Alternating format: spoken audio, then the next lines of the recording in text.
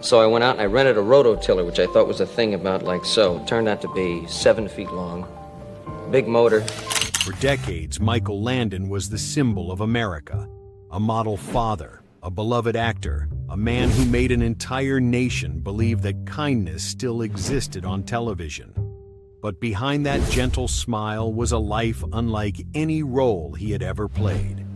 The late-night disappearances, the black bags delivered to his Malibu mansion at midnight, the hidden photographs in drawers, and the smoky parties filled with nameless faces. These were the pieces his son, Michael Landon Jr., would spend nearly 40 years piecing together. At 60, Michael Jr. finally spoke up. In an interview that shook Hollywood, he said slowly, eyes distant, "My father never loved my mother, because he never loved any woman at all." The room fell silent. That sentence didn't just shatter the image of the ideal father. It opened the door to something darker, the collapse of a legend built on deception, alcohol, and power. So what turned the man the world admired into a stranger within his own family? Let's go back in time to 1978, 1983, where it all began. The years when America's perfect father revealed the face he had hidden all his life. 1. My father never loved my mother, because he never loved any woman at all. Michael Landon Jr.'s voice dropped as he said those words in a special interview with Vanity Fair in Los Angeles. The room went quiet. The yellow light fell on the face of a man in his 60s, his eyes red yet burning with something painful and freeing, as if he had finally spoken the truth Hollywood had buried for decades. He wasn't a cheating husband, Michael said slowly. He was a man who had to betray himself just to survive. He remembered Beverly Hills in the late 1970s. The Landon house, the happiest home in America they called it, was always bright but never warm. In the living room, family photos lined the walls, each frame slightly crooked as if someone refused to fix them. That house was always cold, Michael recalled. Even when Mom made his favorite meals, steak mashed potatoes, he never sat down with us. He remembered his birthday in 1980. The cake sat untouched, candles burned out, and his father still hadn't come home. I waited. Mom tried to smile, saying he was busy working, but I saw tears falling into her wine glass. Near midnight, the door opened. Landon walked in, smelling of a strange cologne. He patted his son's shoulder. "Happy birthday, champ," then went straight upstairs. No gift, no hug. I thought he was just tired. Later I realized he was somewhere else, body and soul. While the public worshipped him as America's dad on the cover of People magazine, another rumor spread quietly behind the scenes at NBC. Michael Landon had a special relationship with photographer Eli Rosen, the young man always by his side on the Little House on the Prairie set. Eli wasn't just his photographer, a former lighting technician recalled. He was his shadow. They ate together, left the set together, always whispering. Then came the scandal. In July 1979, while filming in Utah, both men were seen leaving their hotel early in the morning wearing matching bathrobes. A hotel cleaner later said they looked like two people who had just woken up after a long night. NBC immediately held a closed meeting. Days later, Landon suddenly appeared with a new face beside him, an 18-year-old makeup artist named Cindy Clerico. The next day, Variety printed their photo hand in hand outside La Scala restaurant Michael Landon's new Love Lights Up Hollywood. Everyone understood this was a cover-up, but the public believed it was easier to believe. "My father knew how to perform even off-camera," Michael Jr. said. He kissed her for the cameras, like a man proving something, not a man in love. When Cindy became pregnant in late 1982, Michael Jr., then 19, began to hope. "I thought maybe he'd changed. He came home earlier, sometimes even smiled." His mother, Lynn Noe, had already moved out, choosing silence to protect her children. The media called Cindy Michael's reborn love, and NBC hailed it as the redemption of America's favorite dad. But soon, Michael Jr. saw through it. One night in early 1983, he returned home early and overheard his father whispering into the phone, "Don't call again. We can't keep doing this." He didn't hear the name, but deep down, he knew it wasn't Cindy. Weeks later, Landon announced his engagement to Cindy Clerico. The wedding took place hurriedly on Valentine's Day, 1983, on a white Malibu beach. Only select journalists were invited, all NBC insiders. The Los Angeles Times headline read, "Michael Landon love returns after the storm." America exhaled in relief. But in Michael Jr.'s diary, written in shaky teenage handwriting, there was only one line: he didn't marry for love. He married out of fear the truth would be seen. That truth, Michael later said, wasn't about infidelity. It was something Hollywood at the time could never accept: a man of fame and power whose heart didn't fit the image he played. "I don't blame him for who he was," Michael said, voice trembling. "I blame him for lying to all of us just to protect that image." After the wedding, everything worsened. He became distant, angry, and drank more. When Cindy appeared on set, Landon's smile lit up the room. At home, he was silent for hours. No family dinners, no Christmas, no birthdays. "One year, I sent him a handmade Christmas card," Michael said. "He left it unopened on the table and drove off. I watched from the window, saw his face in the car lights.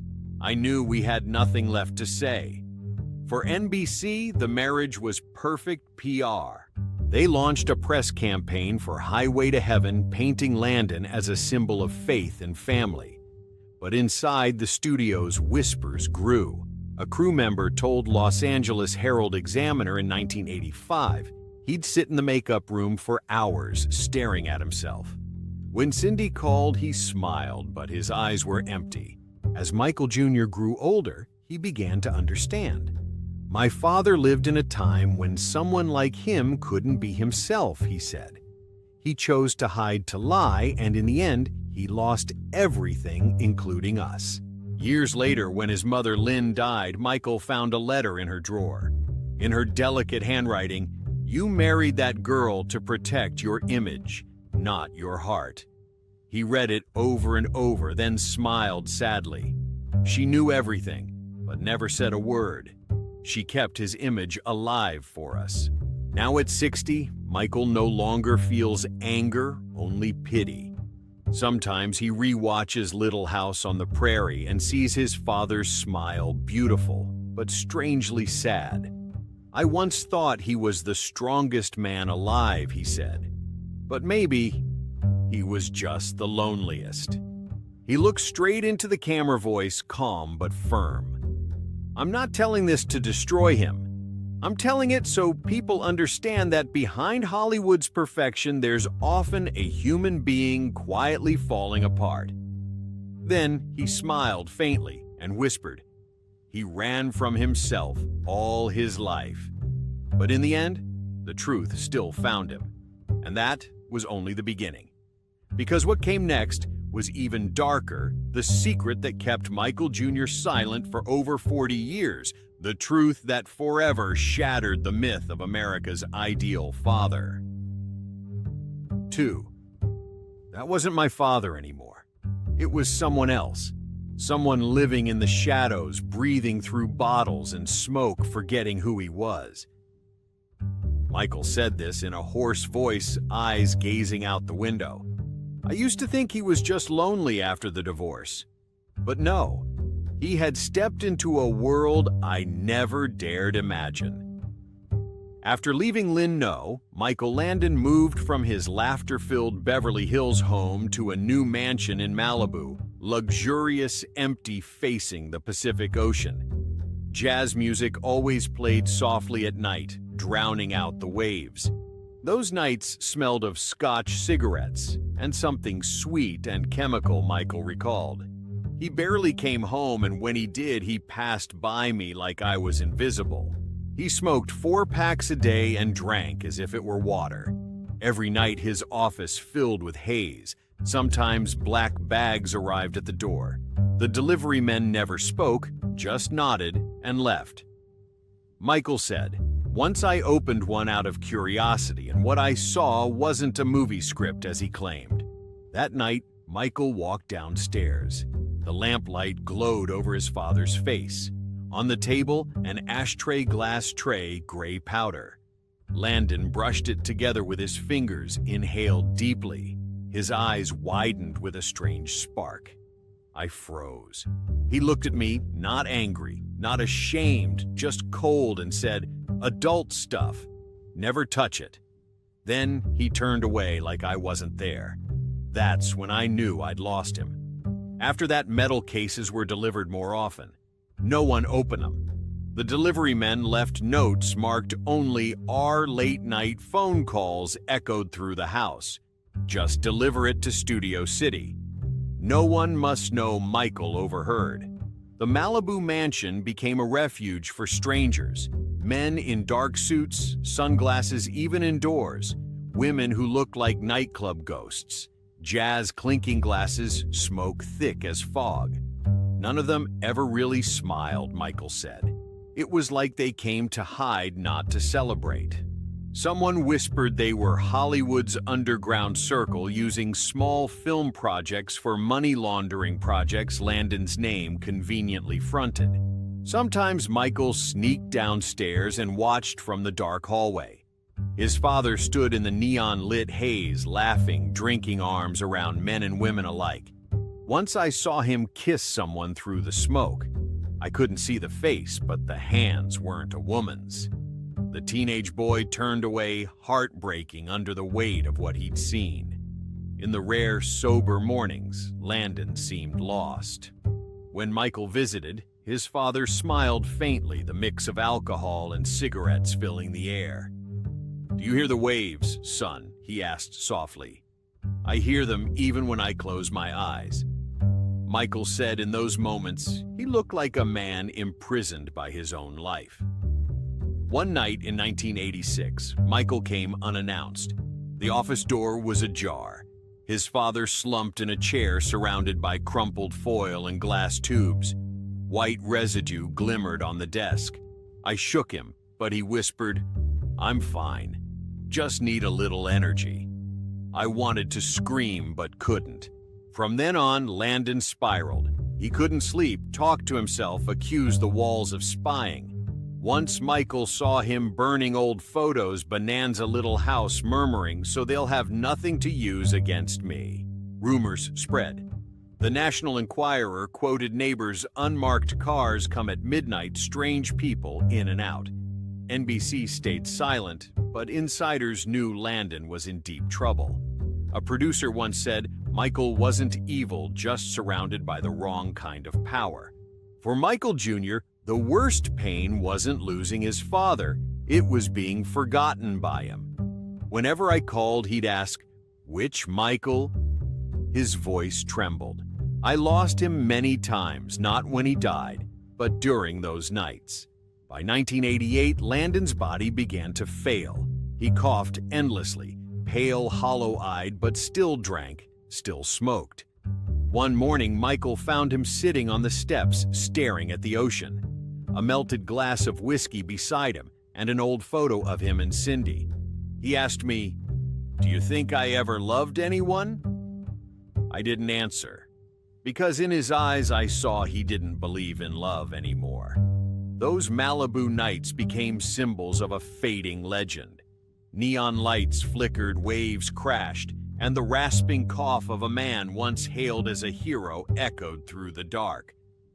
The world called him a hero, Michael said, but I only remember a man alone in smoke beside stains that never faded. He paused, voice breaking. They said he died from illness. But I know he'd been dying for years between the bottles, the smoke, and the nights no one dares mention. And it was in one of those dark nights that something happened.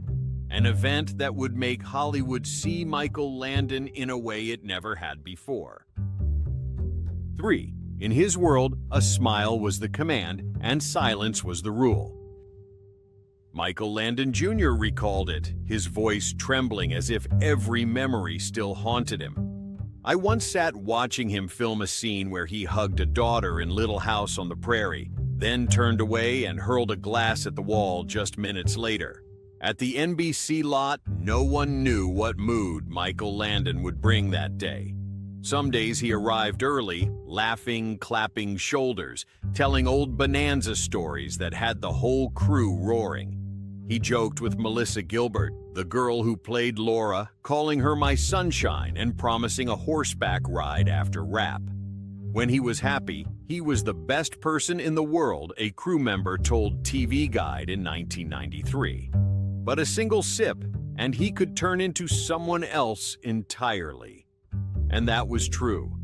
Some mornings he walked onto set with a gray-faced shirt buttons undone, a drink still in hand. The stage went silent. His rasp carried across the room. I want the light reflecting straight into that girl's eyes, understood. Then he slammed the script down. No one argued. From the cinematographer to the floor, PA, everyone worked like they were walking on glass. We never knew when he'd explode, said veteran camera operator Tom Reynolds. One minute he was laughing, the next he'd smash a $25,000 camera because the light didn't match the mood. The pressure wasn't just perfectionism. Everyone knew Landon drank on set, though they pretended not to. That travel mug he always carried wasn't coffee, a lighting tech said. The whiskey smell was strong enough that anyone near him could tell. Many times while shooting heartfelt scenes, he wept for real hands, shaking from the alcohol. His feelings then were true, Michael Jr. said, but not for the scene, for his own hurt.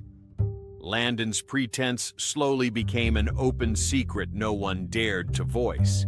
He directed, wrote, and starred, and the entire machine ran on his moods. Some days he laughed and pulled everyone in for photos. The next day, he snapped at those very same people over a tiny detail. I once watched him stare down a day player and bark, "You act like you've never lost anyone in your life," when she had only 2 lines.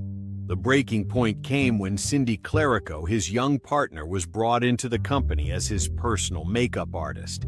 She was just 18, lovely, quiet, and always at his side whenever he appeared. He believed she understood him better than anyone, a crew member said. But the favoritism turned the air heavy. Cindy had the right to touch the women's costumes, and no one dared stop her, Melissa Gilbert later wrote in her memoir. And Michael treated her like a second director. Senior actresses began to avoid him. One said bluntly, "You can't work with a man who's both tipsy and jealous." Indeed, if anyone spoke with Cindy a bit too long, Landon would cut the take shout, then adjust everything himself. He looked at them with the eyes of someone who couldn't control his temper, Reynolds said. We didn't know if it was jealousy or the drink, probably both.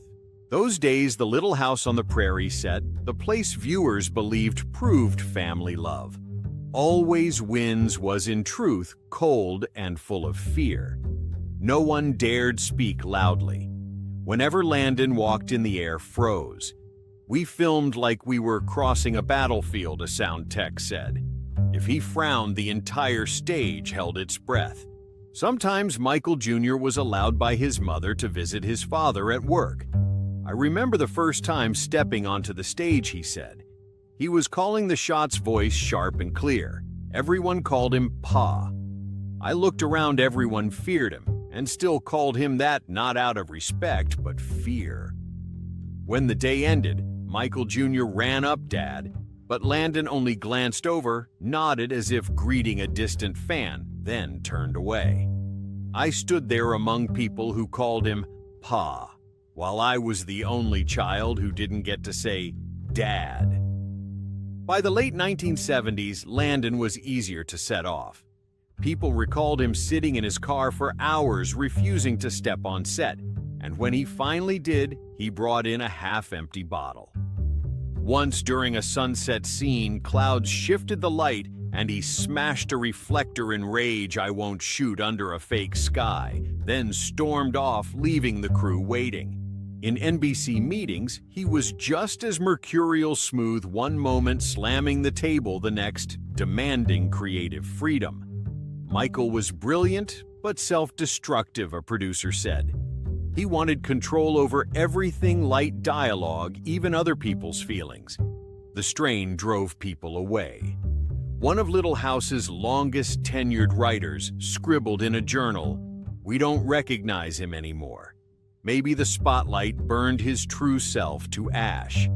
For Michael Jr., those days were layered with awe and fear. "I saw my father on screen, gentle, generous, teaching faith. But off camera, he was just a tired man with a glass in his hand and empty eyes." He recalled his father once telling him, "If you want to make movies, learn to lie. In this business, the honest ones are the first to fall." Michael Jr. said he never forgot it. "It made me realize my father was no longer an artist. He was surviving by pretending." By 1983, when Little House on the Prairie ended, the crew seemed to exhale. "We loved him, but we feared him." Melissa Gilbert admitted later, "Every time he smiled on screen, I asked myself, is it real?" As for Michael Jr., he sat in the bleachers watching his father's final shot, hugging a daughter in a golden field at dusk. Everyone clapped. "My eyes just stung," he said, "because I knew that gentle father existed only on screen. My real dad had been gone a long time." And when the stage lights went dark, what remained was not applause, but the cold gap between fame and loneliness, a space Michael Landon never escaped. 4. People think my father died of illness, but really he died of something sweeter and more dangerous than smoke and drink power. Michael Landon Jr. spoke slowly, his voice sinking as if confessing the family's past. "When my father started moving among public figures, he thought he was doing something grand. No one knew the light he chased was the same flame that burned him." After Highway to Heaven's sweeping success, Michael Landon became the face of American faith. His speeches were quoted, and photos of him raising an arm beside the flag ran in Life magazine. In 1987, he began appearing at California party fundraisers, standing alongside influential figures and donors at the Beverly Hills Hotel. The Los Angeles Times wrote then, "Michael Landon, standard-bearer for values and family." But behind that glow, another production was being directed sharper than any show he ever made. According to a former personal aide, Richard Halper, a placeholder named Landon didn't attend those parties just to speak. He came to make deals, Halper said. The handshakes happened in the shadows, not about art, but money. A lot of money. At private evenings in Los Angeles and Washington, financiers saw Landon as the perfect bridge between the screen and the Capitol. They needed a clean image to legitimize the flow, Halper said. And Michael was perfect moral on the outside, a resonant voice always invoking family and faith. He used his reputation to pitch educational projects about national values, but in reality, many pledges came from companies rumored to be under scrutiny for moving funds through the indie market. A weekly in 1990 hinted that Landon took unclear contributions worth millions. He stayed quiet, even showed up at more events, standing with a few well-known figures in the Capitol. My father once said, "No one in public life is spotless, only the hiding differs," Michael Jr. recalled. When I heard that, I knew he wasn't a filmmaker anymore. He'd become a brand. The deeper he waded into power, the stranger he felt to himself. No longer the sensitive artist from Little House, he was a programmed speaker. Every line was prepped. Family is this country's foundation. Faith is the compass. A father must be the pillar. It all sounded perfect until anyone who knew him outside the lens realized they were the most hollow words he'd ever spoken. Michael Jr. said that in 1989, on his first trip with his father to the Capitol, he watched him sit at a table of strangers. Everyone laughed and clinked glasses, but no one met each other's eyes. My father sat among them smiling like he'd forgotten who he was smiling at. After the dinner, Michael Jr. overheard a call between his father and a man with a coastal accent. "Let them think I'm doing it for family," his father murmured, "as long as the transfers land in the right place." That sentence kept Michael Jr. quiet for years. "I thought he was just an artist. Turns out he knew how to bargain with Glow," he later said in a hypothetical interview in 2025. By the end of the 1980s, Landon seemed convinced he could stand above everything Hollywood public life the audience. He began talking about a run for the state chamber and planned a youth film foundation backed by energy sector donors. But old whispers about his private life drink and shadowy dealings returned. A few reporters quietly gathered notes about late-night arrangements at his Malibu home. The more he tried to prove he was spotless, the more people doubted him, Michael said. He didn't understand that where we live, people forgive the fallen and the unfaithful, but never the ones who fake sainthood. Then, in 1991, the news broke that Michael Landon had a serious illness. The press called it the tragedy of a national hero, but behind the curtain, cold whispers rose. That's payback. A former producer said to a glossy magazine he spent a life talking about light but lived in shadows. This ending was inevitable. As his health declined, Landon still appeared on television wearing the old smile, talking about faith and family words emptied of meaning. "I watched his last interview," Michael Jr. said. "Silver hair, a trembling smile, but empty eyes. He was acting in the last frame. On the day he passed, thousands mourned. They cried for an icon, not the man. As for me," Michael Jr. said, "I didn't cry. I just looked at his portrait, stern eyes, slicked hair, and thought, finally, he's at peace. Only in passing did he no longer have to perform." And so the legend closed not with applause, but with the cold hush between two worlds where the public still worships an image and where the truth was buried with the man named Michael Landon. He once said the worst thing isn't being forgotten, it's being remembered wrong.